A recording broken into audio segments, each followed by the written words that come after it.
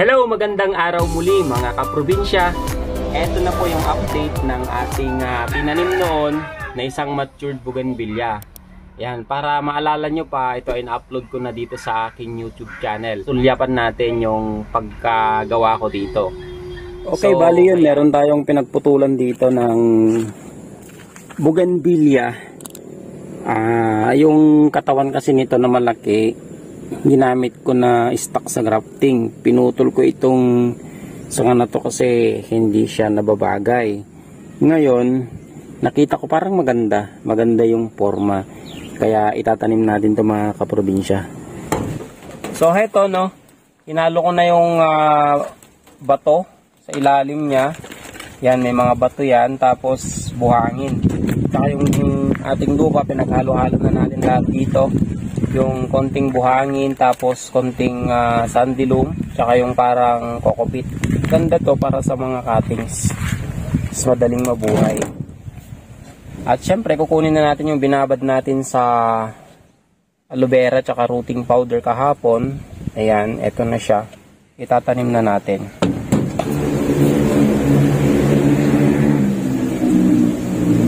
So, ganito lang muna. Ipatong ko lang muna dito sa gilid niya kasi nga nagsasag siya.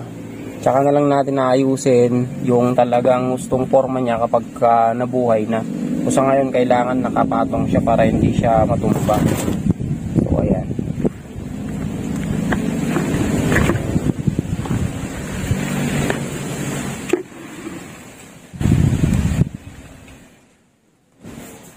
Okay, heto na. So, for the meantime, ganyan lang muna yung forma niya. Later on, kapag nabuhay na to, tsaka natin siya huhukayin ulit at itatanim sa babagay sa kanyang paso para makuha natin itong ano niya, curve niya. Itong ginamit natin na rooting powder na may tubig, yun na rin yung ipamdidilig natin.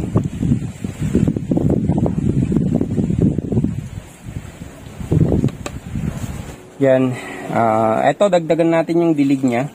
Okay lang sa first time na diligan natin, okay lang na mabasa to ng gusto. Yan.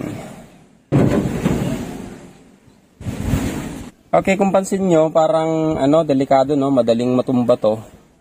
So, for the meantime, lagyan natin siya ng kanyang support. Yan, itanim muna natin itong stick na to. Tsaka natin siya itali para hindi siya nagagalaw. Tanggalin na lang natin pag nabuhay na. So, ayan, tapos na natin. Yun nga yung ginawa natin na pagtatanim dito, no, mga kaprobinsya. At ngayon, pagkalipas ng ilang buwan, eto na siya. So, buhay na buhay po. Maganda po yung forma nito kasi medyo curve, may curve po dito sa kanyang tangkay. Ngayon, syempre, walang itsura to pag ganito lang. At saka, alam nyo, ito ay isang ordinary lang na bougainvillea. Kaya ang gagawin natin dito ngayon ay dudugtungan natin. So, unti-untiin natin itong pagandahin. Dudugtungan natin ng ibang kulay. Kaya ngayon, ito ang gagawin natin, no? Una, tanggalin na natin itong mga sanga na hindi kaaya-aya. Lalong-lalo na itong mga nasa ibaba. So, kailangan maputol natin itong mga to kasi hindi siya magandang tignan kapag kayan. So, ganito lang muna. Ang paso niya, dito lang muna to. Papalitan natin yung paso niya later on pagka-establish na yung mga ating idudugtong. So, yung iba, i-retain ko lang. Palakihin ko lang itong sanga dito. Tapos, ito naman ang dudugtungan na natin ng mga panibagong mga varieties. So, dito sa dalawang yan.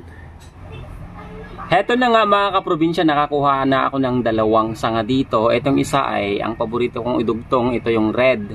Red na opal, no? Yan, ito yung red opal natin. Ito naman ay Brisa Peach. Tara, ipakita ko sa inyo yung sample ng dinugtungan natin ng Brisa at saka red opal. Ayan, bale ito yung sample, no, ng ating red opal na nakadugtong. Yan, medyo nag-weld nga lang, pero ganyan lang muna para lumaki, tsaka ako na lang to ititrim. So ito, nakadugtong po siya dito sa main puno natin. Ito yung ating tinatawag na Chroma White. Ayan po siya. So ito yung stock natin, medyo malaki na rin na. Di ko pa naayos, marami na ako nadugtong dito, kaya lang pinapalaki ko lang muna yung sanga bago ko sila i-trim para mas maganda later on. So it takes time to improve, no? So ito po yung ating red opal, ito naman po yung brisa. Yan. Medyo palabas pa lang po kasi yung bulaklak. So kaya try ko tong gayahin dun sa kabila. Meron pang mga iba kulay dito. Ito yung splash naman. So ayan yung mga magagandang idugtong natin. So tara, balikan natin yun. Ito lang nakikita nyo dito sa background ko, pakilala ko na rin. Ito ay dugtong din, no? So ito ay Wahid Alicia. Ang Wahid Alicia, pag napag-mature nyo na, medyo maganda na. Kaya maganda rin gamitin ang Wahid Alicia na pandugtong sa ating mga ordinary na bougainvillea. So ito po, meron tong ibang variety dito sa ibaba. Ito yung may splash yan sa baba. Ayun, pero nahuhuli na kasi siya. Tinatalo na siya yun, no? Ibang kulay naman yun. So bali dalawa. Bali tatlo to eh. Ito namang isa ay yellow. So hindi na nakakalabas. So medyo invasive itong ating Wahid Alicia. Siya yung mabilis na dumami. So maganda rin siya pang dugtong natin. Yan. Okay, balik na tayo. Etong tatlo muna ang lalagyan natin dito. Later na yun dun sa taas. Kasi mahirap din pag sabay-sabay sila lahat. Parang napansin ko pag masyadong madami, hirap ding mabuhay. So unti-untiin natin. Katulad ng ginagawa ko ngayon sa mga ibang bougainvillea ko, inuunti-unti ko lang silang nilalagyan ng mga dugtong. Every time na buhay na or established na, dudugtongan ko na naman yung iba. Okay, umpisan na natin. Yan. Maganda nga naman kasi talaga yung forma. So later on, halimbawa, pagka yung paso niya ay magiging iba na, medyo maganda itong ayusin. Kaya inaayos ko siya, ni-improve ko siya kasi nagagandaan ako sa itsura.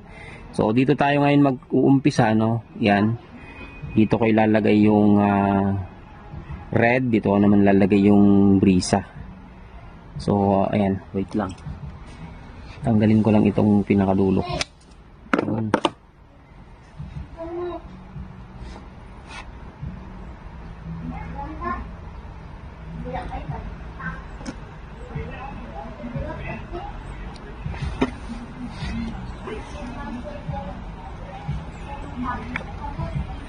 So, ito na yung red natin. So, napansin ko, yung iba kasi ginagamit nila talbos, pero medyo nahirapan ako doon. Ang napansin ko naman, pag pumipili ako ng mga sanga, yung may mga konting dahon na ganyan, may tumutubo na ganyan. So, ayan.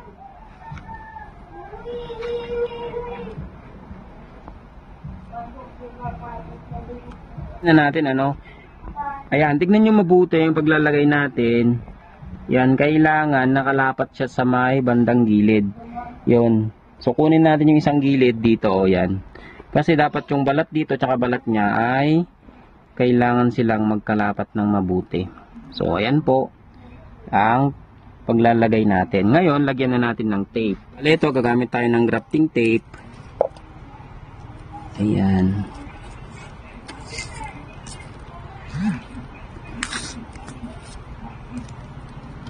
So, kailangan mahigpit din yung pagkakalagay para as in na kumapit agad, no? Ayan. So, para secured, gumagamit na rin ako ng tape. Ayan na siya. So, okay na po siya. Ilagay na natin ng maayos. Ngayon yung isa naman. Yan, kailangan gumawa ulit tayo ng biyak dito.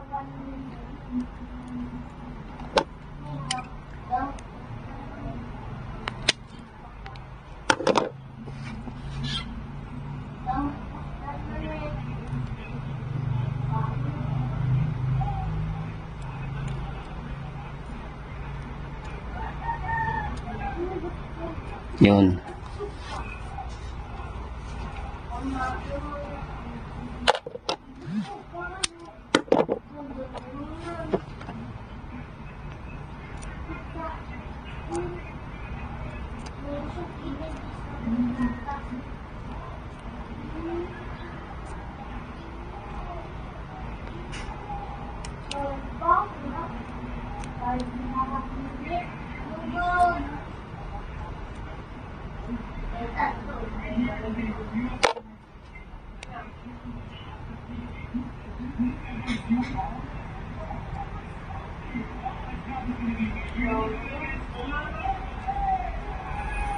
Ayan.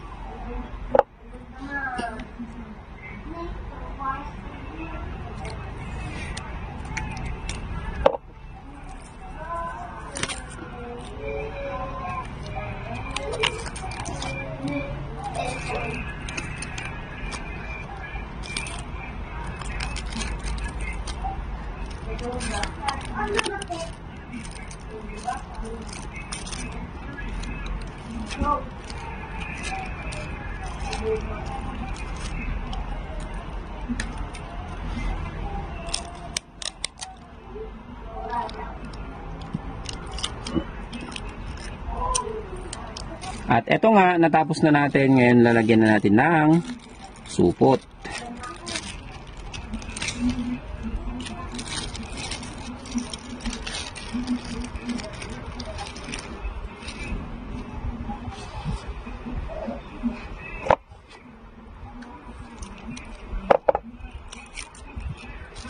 Yan, itali natin ng mabuti itong supot. Kailangan walang pumapasok na hangin.